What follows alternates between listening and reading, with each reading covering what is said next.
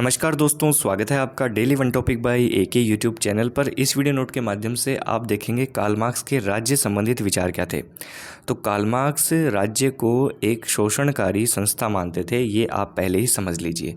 अब हम बात करते हैं कार्ल मार्क्स के राज्य संबंधित विचार के ऊपर। वीडियो नोट पूरा देखिएगा, आपके लिए ही बन रहे हैं, स्पेशल वीडियो नोट बनाए जा रहे हैं, तो आप इनका पूरा फ़ायदा उठाने की कोशिश किया करें। चलिए शुरू करते हैं। कार्ल मार्क्स राज्य को एक वर्गीय संस्था मानते हैं। कैसी संस्था मानते हैं? वर्गीय संस्था मानते हैं।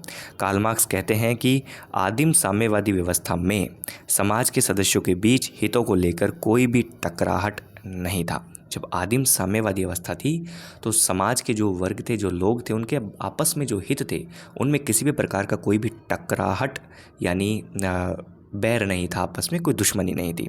संपूर्ण समाज मिलकर अपने मामलों का स्वयं प्रबंध कर लेते थे और राज्य का कोई भी अस्तित्व नहीं था, मतलब राज्य की कोई ज़रूरत नहीं थी। लेकिन जैसे ही दास युग शुरू हुआ तो स्थिति बिल्कुल बदल गई। दास युग में स्वामी और दास यानी स्वामियों के हाथ में भूमि, संपत्ति और उत्पादन के समस्त धंधे, यह दासों का क्या करते थे? शोषण करते थे। सुनिए, कार्ल मार्क्स राज्य को एक वर्गीय संस्था कह रहे हैं, पहली बात तो ये। दूसरा, कार्ल मार्क्स कहते हैं कि आदिम साम्यवादी व्यवस्था में समाज के सदस्यों के बीच हितों का कोई टकराहट नहीं था, इसलिए वो आपसी मुद्दे खुद ही सुलझा लेते थे। राज्य नामक संस्था का कोई भी ज़रूरत नहीं थी, राज्य नामक संस्था की कोई भी अस्तित्व भी नहीं था। लेकिन जैसे ही दास युग शुरू हुआ, स्वामी और दास वाली प्रक्रिया जब शुरू हुई तो इसमें स्थिति बिल्कुल बदल गई। स्वामी जो थे उनके हाथ में भूमि, संपत्ति, उत्पादन के सभी साधन, ये सभी थे। क्यों? क्योंकि वो दासों से काम करवाते थे, उनका शोषण करते थे।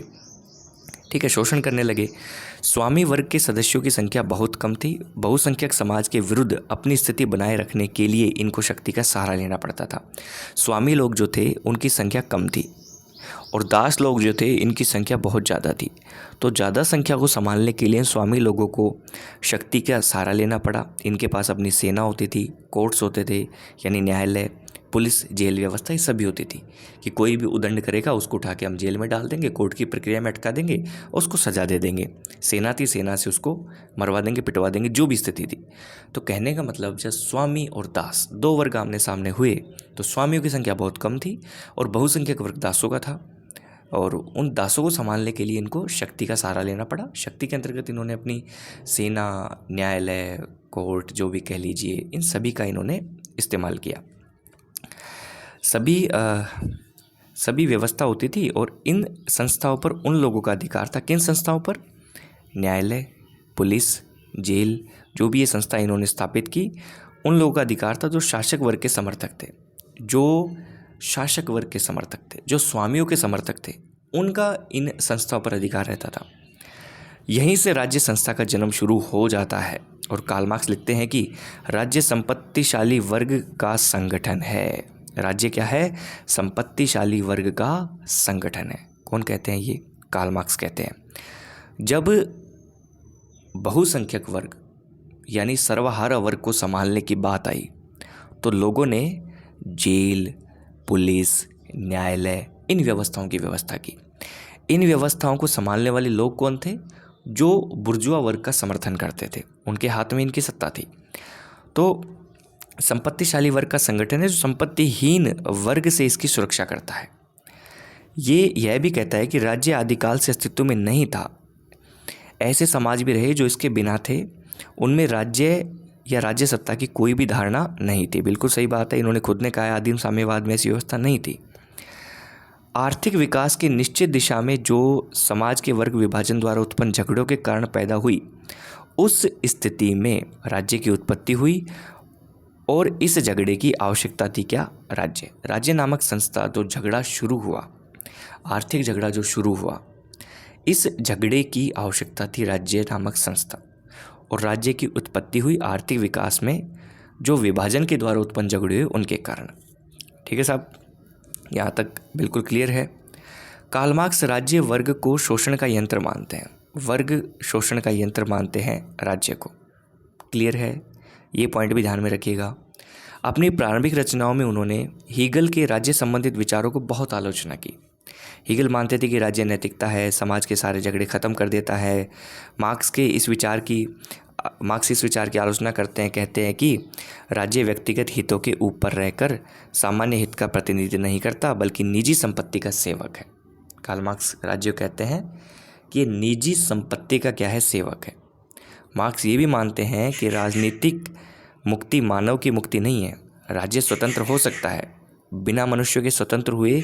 इस प्रकार उन्होंने अपनी रचनाओं में स्पष्ट किया कि राज्य पूरे समाज का एक पहलू है। राज्य पहलू है, समाज के नीचे है तथा राज्य निजी संपत्ति के हितों से जुड़ा हुआ है। कार्ल मार्क्स ये भी कहते हैं कि राज्य शासक वर्ग के हितों को सुरक्षित बनाए रखने का तथा अन्य वर्ग के शोषण करने का एक साधन या उपकरण मात्र है। ये पॉइंट बहुत महत्वपूर्ण है, ध्यान में रखिएगा। कार्ल मार्क्स कहते हैं कि राज्य जो है, शासक वर्ग जो है, जो बुर्जुआ वर्ग है, उसके हितों को सुरक्षित रखने का और अन्य वर्ग यानी सर्वहारा वर्ग, दास वर्ग, नौकर वर्ग, इसके शोषण का एक उपकरण या साधन मात्र है। कौन कहते हैं? Karl Marx. कार्ल मार्क्स राज्य संबंधित धारणा की आलोचना में कहते हैं कि मार्क्स के द्वारा राज्य विलुप्त होने की धारणा कपोल कल्पित है।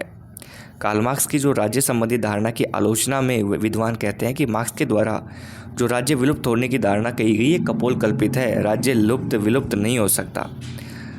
वर्तमान में राज्य सर्वहारा वर्ग का शत्रु ना होकर मित्र है जो सर्वहारा के कल्याण हेतु कार्य करता है।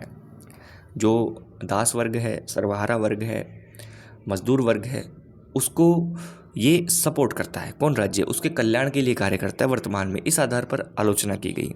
राज्य अस्थायी नहीं बल्कि स्थायी है और राज्य एक वर्गीय संगठन नहीं बल्कि एक नैतिक संगठन है। ये कार्ल मार्क्स के विचारों के आलोचना में विद्वानों ने अपने अपने तर्क रखे। तो दोस्तों, ये जो राज्य का आपने ढांचा देखा, इसमें हमें बहुत सारी चीज़ें समझ में आई, जिसके अंतर्गत हमने देखा कि राज्य को एक वर्गीय संस्था माना है, राज्य को शोषण का यंत्र माना है, राज्य को इसलिए माना है ताकि वो पूंजीपति वर्ग के हितों की रक्षा कर सके और जो सर्वहारा वर्ग है, जो मजदूर वर्ग है, जो दास वर्ग है, उसका शोषण कर सके। तो मजदूर वर्ग, दास वर्ग का शोषण करने के लिए राज्य ने अपनी बहुत सारी छोटी छोटी संस्थाएं बताई, जिनमें सेना, न्यायालय, कोर्ट, पुलिस, इनकी इन्होंने स्थापित की। इनका कंट्रोल किसके हाथ में था? जो बुर्जुआ वर्ग का लोग समर्थन करते थे उनके हाथ में था। वो क्यों था? क्योंकि वो उनका समर्थन करते थे और वो बहुसंख्यक जो थे, सर्वहारा जो वर्ग है, एक बड़ी जनसंख्या जो है, उससे सुरक्षा चाहते थे। उस सुरक्षा के लिए उन्होंने बहुत सारे नियम, कायदे, कानून बना डाले, लोगों को जेलों में ठोक डालते थे, केस चला देते थे, डरा देते थे, धमका देते थे। तो कहने का मतलब सर्वहारा वर्ग क्रांति ना कर दे, उसको दबाए रखने के लिए उसका शोषण निरंतर किया जाता था। किसके द्वारा? बुर्जुआ वर्ग के द्वारा, यानी पूंजीपति वर्ग के द्वारा। अब जब कार्ल मार्क्स ने ये कहा कि ऐसी ऐसी स्थिति बनेगी, राज्य एक दिन अपने आप लुप्त हो जाएगा, तो फिर आलोचना के अंतर्गत कहा गया कि राज्य विलुप्त हो जाएगा, ये केवल एक कपोल कल्पना है। मतलब एक कह सकते हैं कि इसको सिर्फ सोचते ही रहो, ये चीज़ कभी होगी नहीं, कल्पना में है। दूसरी बात कहा कि सर्वहारा वर्ग का कल्याण करता है राज्य, इसका शोषण नहीं कर रहा, इसको सपोर्ट दे रहा है आज के हिसाब से देखें। और राज्य अस्थायी नहीं है बल्कि स्थायी है। आप ये गलत कह रहे हैं, राज्य अस्थायी है, राज्य स्थायी है।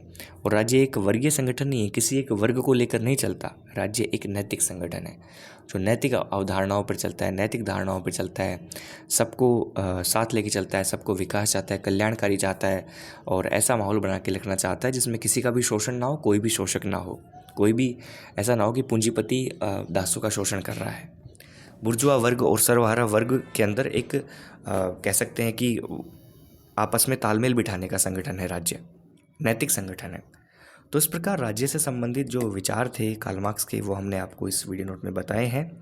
आई होप आप इन वीडियो नोट्स को देख रहे होगे, शेयर कर रहे होगे, अपने छोटे छोटे शॉर्ट नोट्स बना रहे होगे ताकि आप परीक्षा में उनको जल्दी से रिवाइज कर पाएँ। हमारी ये कोशिश, हमारी ये मेहनत के लिए आपका लाइक ज़रूर बनना चाहिए, शेयर करना चाहिए, लाइक करना चाहिए और हमें सपोर्ट करना चाहिए। Thank you so much.